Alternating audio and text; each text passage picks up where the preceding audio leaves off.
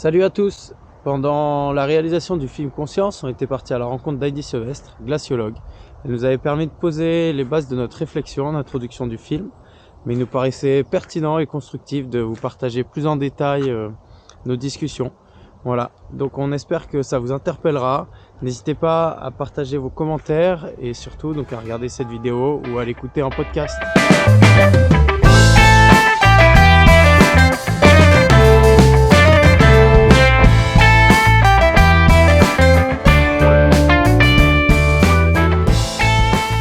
Allez, c'est parti. Merci d'être venu du coup. Je suis ravie, merci de m'accueillir.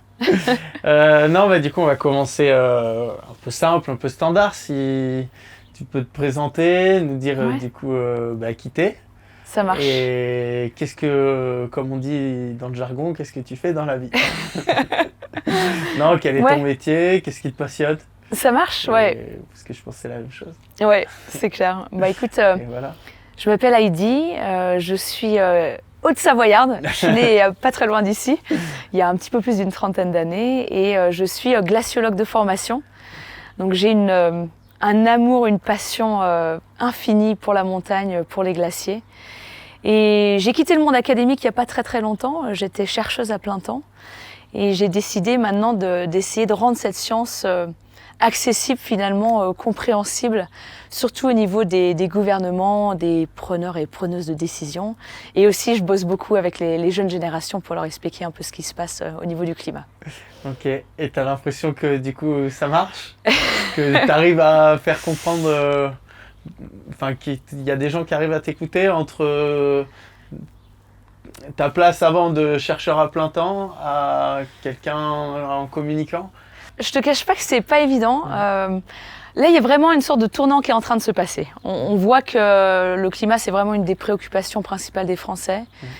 Et on communique pas de la même façon quand on aborde les gouvernements ou quand on aborde les jeunes générations. Tu sais, les jeunes aujourd'hui, t'as pas besoin de leur expliquer c'est quoi le changement climatique, c'est quoi l'effet de serre, qu'est-ce qui se passe au niveau des glaciers, c'est acquis quoi.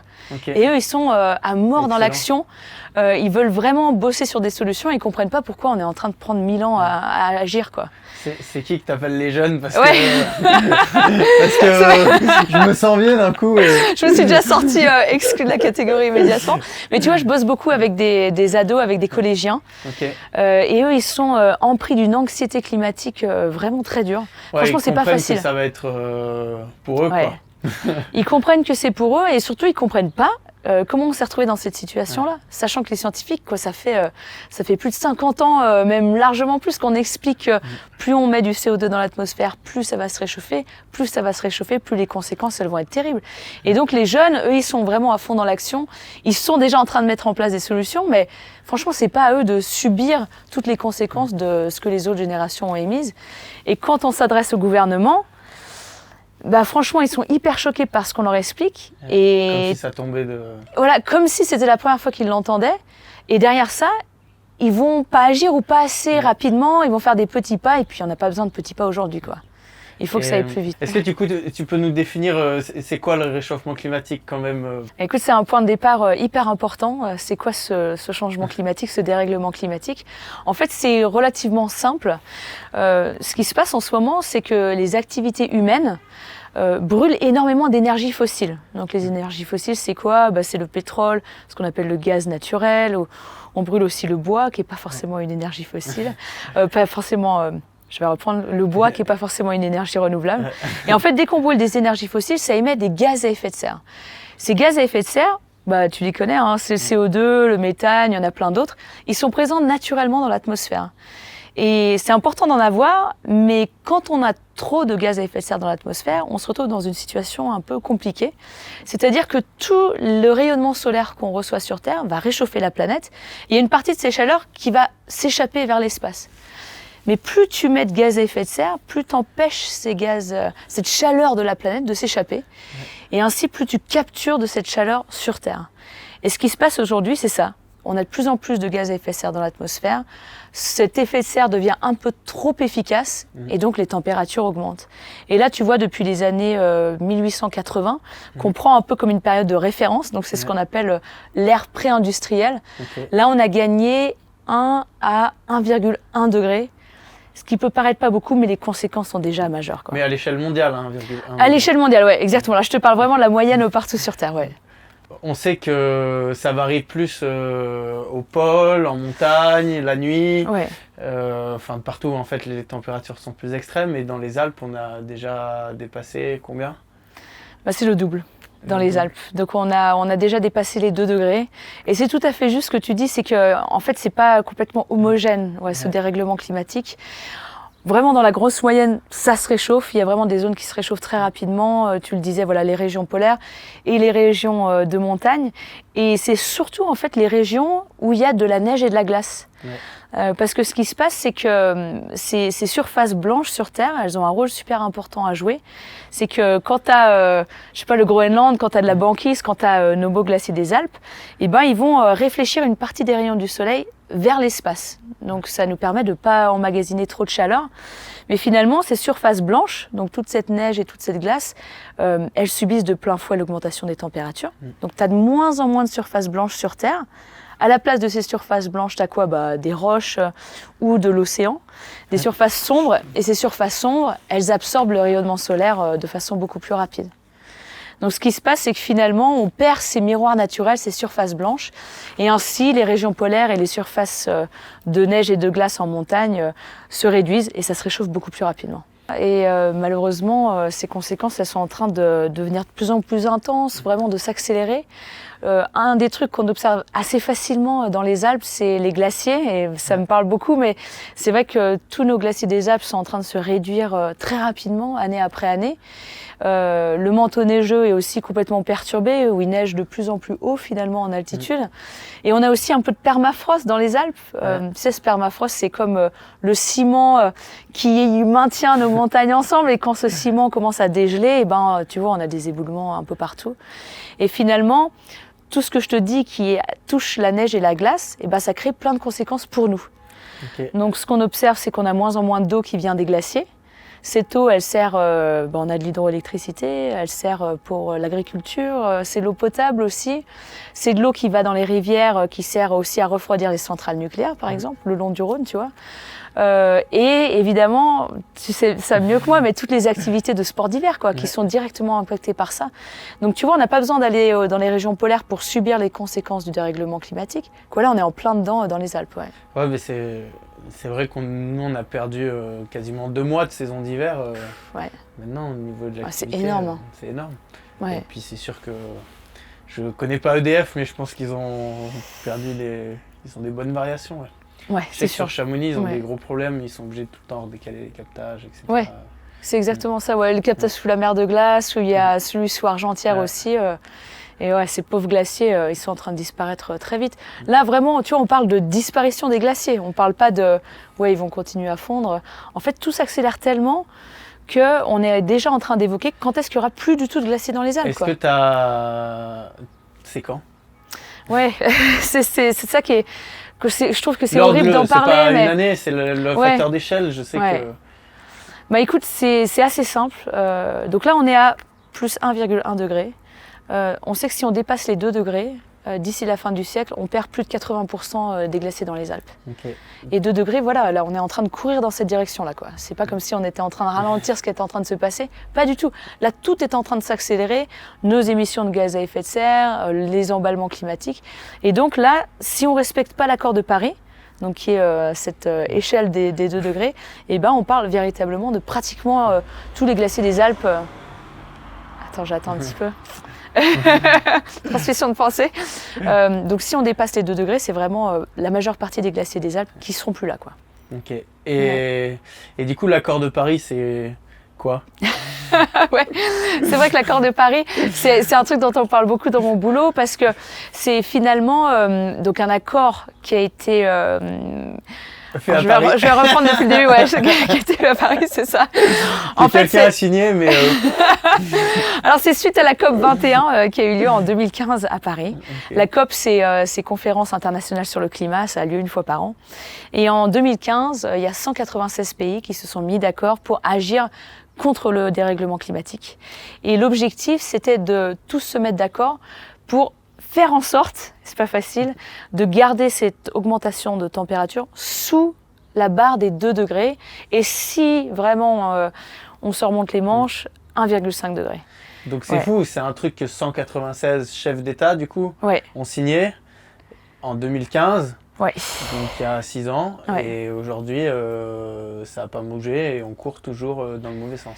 Bah écoute, aujourd'hui, en fait, les pays sont obligés de dire quelles vont être leurs actions concrètement, mais vraiment hyper concrètement, pour réduire leur empreinte carbone au niveau d'un pays et pour essayer de rester sous cette barre des 2 degrés.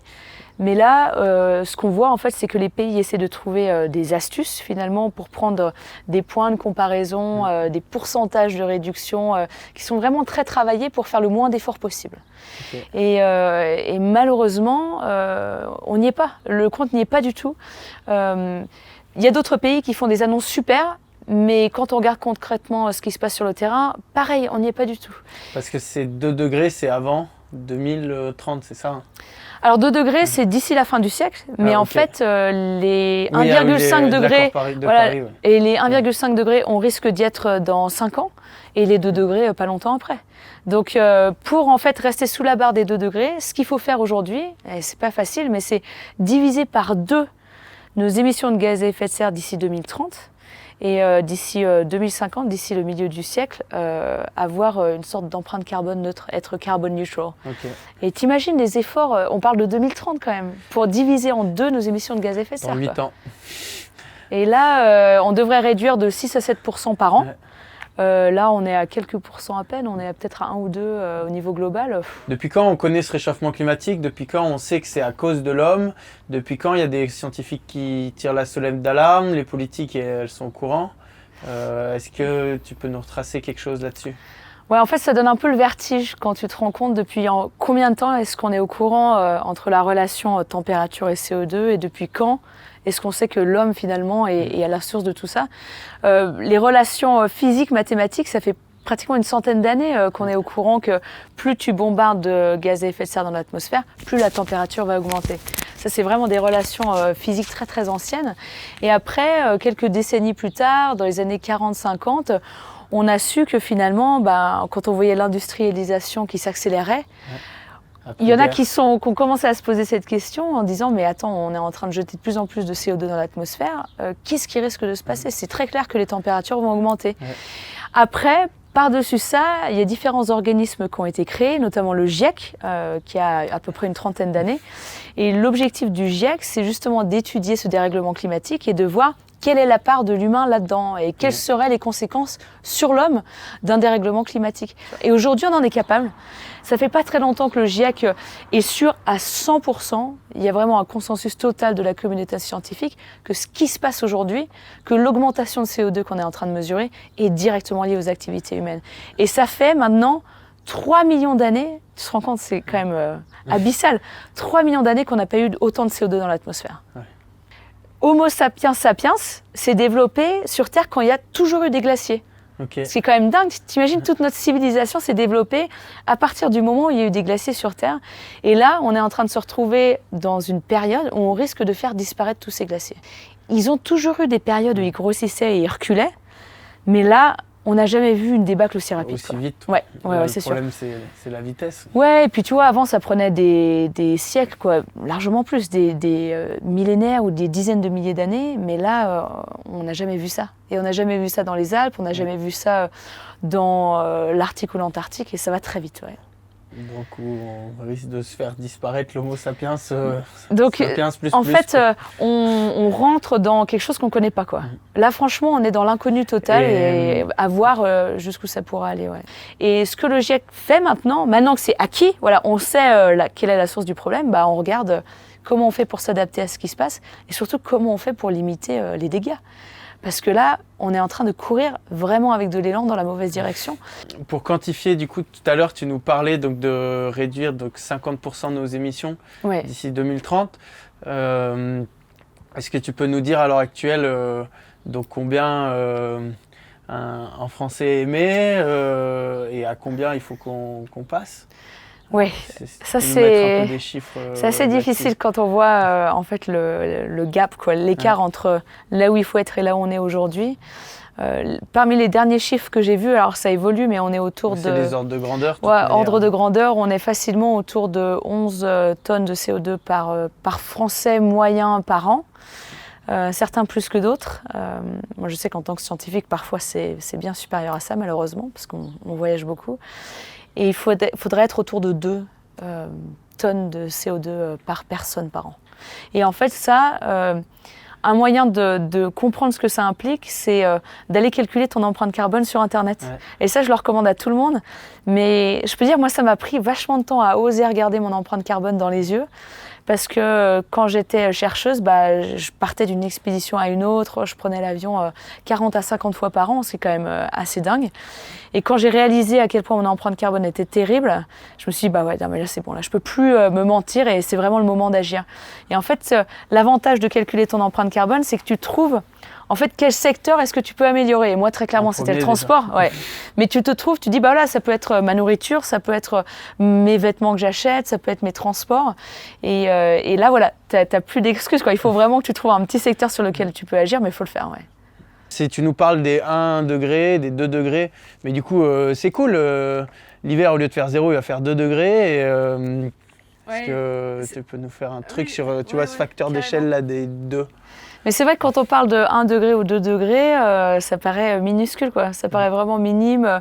Et j'aime beaucoup cette image que prend souvent Jean-Louis Etienne, tu sais, un grand explorateur français, et qui dit toujours que la Terre, c'est un peu comme le corps humain. Tu vois, on a 37 en gros de température corporelle. Tu gagnes 1 degré, tu dis, oula, attends, il y a déjà quelque chose qui est en train de se passer. À 38, tu commences à le remarquer, des signes que ta température corporelle augmente. Et là, on est en train de parler de 39, 40, 41. Et là, tu t'imagines sur le corps humain les effets que ça peut avoir. Et c'est pareil sur la planète, sauf que sur la planète, je te parle vraiment de température qui évolue à l'échelle globale. Mais en fait, ce qui se passe, c'est que tout est en train de s'emballer, que tout est perturbé. Et on a vraiment du mal à faire la différence entre climat et météo. Et souvent, les gens disent, là, on a eu un mois de juin plutôt frais. Qu'est-ce que tu me parles du dérèglement climatique? Mais en fait, tout est perturbé. Donc là, on a gagné plus 1,1 degré depuis les années 1880 sur Terre. Regarde les conséquences qu'on a déjà aujourd'hui. Là, je ne te parle pas de trucs qui vont arriver, de trucs qu'on a déjà maintenant. On a le niveau de l'océan qui est en train d'augmenter. C'est en train d'augmenter de plus en plus rapidement, année après année. On a déjà des territoires qui sont évacués, des populations qui doivent migrer parce que le niveau de l'océan augmente. Donc déjà, ça, c'en est une. On a la météo qui est perturbée. Donc le climat, c'est sur des échelles très longues. La météo, c'est ce qui change tous les jours. On a par exemple des vagues de froid. Je vais éviter de postillonner en disant ça. On a des vagues de froid qui peuvent durer très très longtemps. On a bien vu que toutes nos vignes ont subi des vagues de froid là ce printemps. On a des vagues de chaleur qui peuvent durer très longtemps. Il a fait 50 degrés au Canada, pas très loin finalement de zones de glaciers en Colombie-Britannique. On peut avoir des périodes de fortes précipitations, des périodes sans précipitation. Donc les conséquences au niveau de la météo sont majeures. Si la météo est perturbée à ce point-là, c'est des conséquences sur nous, sur la vie de tous les jours, des destructions d'infrastructures, des problèmes au niveau de l'agriculture. Tu te rends compte, si on a des problèmes pour faire pousser du blé en France, les conséquences sont majeures. Et là, vraiment, on est en train de parler de ça, que si on passe la barre des 2 degrés, les espèces de blé qui poussent en France en ce moment ne pourront pas survivre à la météo française. Tu te rends compte, d'ici la fin du siècle. Donc les conséquences, elles touchent finalement notre vie du quotidien. Et même si, écoute, peut-être que certaines personnes en Haute-Savoie n'ont pas l'impression de voir que c'est en train de bouger, on est déjà en plein dedans, on est en train de subir ces conséquences-là. Et le souci, c'est que quand tu as des populations qui sont sous stress, des populations qui doivent migrer, des populations qui n'ont plus d'eau potable, des populations qui sont entourées de feux de forêt, ça met vraiment le monde sous tension. Ça crée des conflits, on en a déjà plein qui sont liés au dérèglement climatique. Tout est en train de s'amplifier et tout est en train de s'accélérer. Donc les conséquences, elles touchent tout le monde finalement, où que tu sois pauvre ou que tu sois riche, finalement tout le monde va être affecté par le dérèglement climatique, mais tout le monde n'a pas les mêmes outils pour lutter et tout le monde n'a pas les mêmes outils pour survivre à ce qui est en train de se passer. un de mes mentors, un de mes superviseurs quand je faisais mes études en glaciologie, disait toujours que le monde c'est un peu comme une grande toile où en fait tu tires une des fibres de cette toile et finalement tout le reste de la toile vient avec. Et là c'est un peu pareil. Tu vois, moi je te parle des glaciers, ce qui nous rattache au climat, ce qui nous rattache directement à la biodiversité, ce qui nous rattache aussi directement aux populations humaines et ensuite à des conséquences sociales et économiques qui touchent tout le monde. Et c'est vrai qu'on aime bien isoler ces différents sujets, les mettre dans des petites boîtes, mais finalement, tout est lié ensemble. Et donc, d'essayer de ralentir ce qui est en train de se passer, d'essayer de résoudre cette crise climatique, l'urgence climatique aujourd'hui, ça aura des impacts sur toutes ces petites boîtes aussi. Ouais. Et juste pour parler d'un sujet qui est assez touchy en ce moment, mais le sujet des pandémies, c'est très clair que le dérèglement climatique ne peut faire qu'amplifier et qu'accélérer l'émergence de nouvelles pandémies, malheureusement. Rien que si tu regardes le permafrost, donc ce sol gelé en permanence, en grande partie se trouve au niveau de la Sibérie et de l'Arctique. Dans ce permafrost, il y a énormément de virus, de microbes, de bactéries qui sont enfouis là-dedans. Qui sont enfouis là-dedans depuis des dizaines de milliers d'années. Et quand le permafrost continue à dégeler, elles ressurgissent à la surface et reprennent vie en quelque sorte. Donc c'est vrai que d'essayer de résoudre la crise climatique nous permettrait d'éviter ce genre de conséquences, quoi. Donc certes, on parle du climat, certes on dit que les écolos veulent veulent résoudre la crise climatique, mais c'est pas, si on le fait, c'est pour l'homme. Ouais. Si on le fait, c'est pour la biodiversité. Si on le fait, c'est pour réduire les inégalités sur Terre, quoi.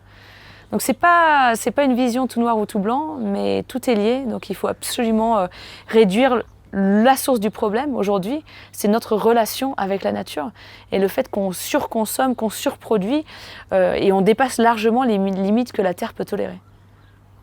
En fait, on donne pas la vraie valeur aux choses, quoi. Non, parce qu'elles sont là. De cette manière, c'est pareil. Ça coûte 1 euro le kilo de kiwi. C'est ça, exactement. Et en fait, la valeur des choses, ça devrait être par rapport à ce que la Terre peut produire, par rapport à ce que la Terre peut tolérer en termes de pollution, d'émissions de gaz à effet de serre.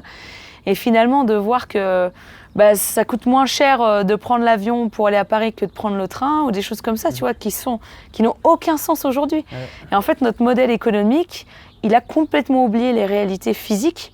Le fait que le CO2 peut avoir un impact sur nos vies au quotidien, que si les températures augmentent, c'est terrible. Et il faut vraiment... c'est pas seulement penser aux petits gestes du quotidien, mais c'est aussi tout le modèle économique finalement qui ne marche pas du tout aujourd'hui. Ouais, et le modèle politique qui est associé à ça. Ouais. Moi j'amène les bonnes nouvelles, j'espère que vous avez vu. Et d'ailleurs, en parlant de ça, tiens, j'ai pas besoin de lire mon truc. Moi j'ai une question sur... Au final, quand on s'intéresse au climat, enfin moi ça fait très peu que je m'y intéresse, mais en fait c'est que des mauvaises nouvelles. Et alors quelque part c'est fascinant parce que c'est une super belle science, mais de l'autre c'est jamais, tu reviens jamais à la maison. Youhou. En 2050, on va peut-être tous mourir de soif. Non mais faut mieux prendre ça comme ça, mais non, je t'avoue que c'est pas facile, quoi. Je suis quelqu'un de super positive, quoi. J'essaie d'essayer de voir le côté positif des choses tout le temps. Mais chaque semaine en glaciologie, tu lis les nouveaux rapports, les nouvelles études. Franchement, c'est à chaque fois pire qu'on l'imaginait. Ouais. Mais c'est toujours ça. Là, franchement, il y a aucune nouvelle positive en glaciologie qui arrive. Et le seul truc qui me donne de l'espoir, c'est que la fenêtre d'action, elle n'est pas passée. Et aujourd'hui, en fait, si tu veux limiter les conséquences les plus négatives du dérèglement climatique, si tu veux éviter, par exemple, on le disait, de perdre les glaciers alpins, si tu veux éviter que l'Antarctique se réveille et pulvérise le niveau des océans, il faut rester sous les 1,5 degrés. Tu vois, c'est vraiment le seuil, c'est indiscutable. Si on dépasse les 1,5 degrés, en fait, tu déclenches des trucs irréversibles, des conséquences que, quoi que tu fasses après, tu peux plus les arrêter. Même si tu as une baguette magique après avoir passé ce seuil et que tu enlèves tout le CO2 de l'atmosphère, c'est trop tard. En fait, les glaciers vont continuer à partir, à disparaître. Et aujourd'hui, c'est ça, en fait, qui me motive. C'est de dire que là, on a quelques années, mais ça commence aujourd'hui, pour essayer de rester sous ces 1,5 degrés. Et franchement, il faut cravacher à mort, quoi. Il faut vraiment tout donner pour que les politiques comprennent, pour que les jeunes générations soient avec nous et les moins jeunes générations aussi, quoi. Il faut que tout le monde soit entraîné là-dedans et qu'on ne voit pas ça comme quelque chose que l'on va subir, même si c'est très clair qu'il y aura un aspect très compliqué. On va devoir s'adapter à ce qui se passe. Mais on a l'occasion finalement de réinventer un futur qui nous donne envie, quoi. De complètement changer de modèle politique, de modèle économique. Et ben autant le faire, quoi. Ouais. Mais c'est sûr que là, on est en plein dans des petits pas et que les choses avancent pas assez vite. Donc c'est pas la joie tous les jours, mais on lâche rien, quoi. Ouais. Qu'est-ce que c'est ton message pour le futur? Qu'est-ce qu'il faut qu'on fasse Non, je peux peut-être redire un truc, parce que j'en discutais justement hier avec les profs du collège avec lesquels je bosse. Et on se disait, c'est vrai qu'une grande partie de ce problème, une grande partie du moins de la solution pour résoudre le problème auquel on est en train de faire face, en fait, c'est l'éducation. Et c'est vrai que, tu vois, nous, on a été éduqués au dérèglement climatique. Les jeunes qui arrivent aujourd'hui, et c'est très clair qu'ils savent ce que c'est. Mais ceux qui sont au pouvoir et ceux qui votent le plus aujourd'hui, ils n'ont pas forcément eu accès à ce genre de connaissances. Et c'est très clair qu'aujourd'hui, il faut rendre cette science accessible, il faut rendre ces connaissances accessibles à tout le monde. Parce que je suis convaincue que si tu comprends ce qui est en train de se passer en ce moment, mais tu te jettes dans l'action et tu as envie de retourner la planète pour mettre en place des solutions pour éviter le pire, quoi. Donc pour moi, l'éducation aujourd'hui, c'est vraiment la clé. Et il faut que les scientifiques sortent de leur laboratoire. C'est ce que je fais tous les jours maintenant, mais pour rendre cette science accessible et ensemble essayer de trouver des solutions. On espère que cette discussion vous a plu. N'hésitez pas à vous abonner. On va revenir très bientôt avec la rencontre d'autres athlètes. Donc il va y avoir une suite à tout ça, avec de nouveau plein de sports, des belles images et aussi de la réflexion. Allez, ciao!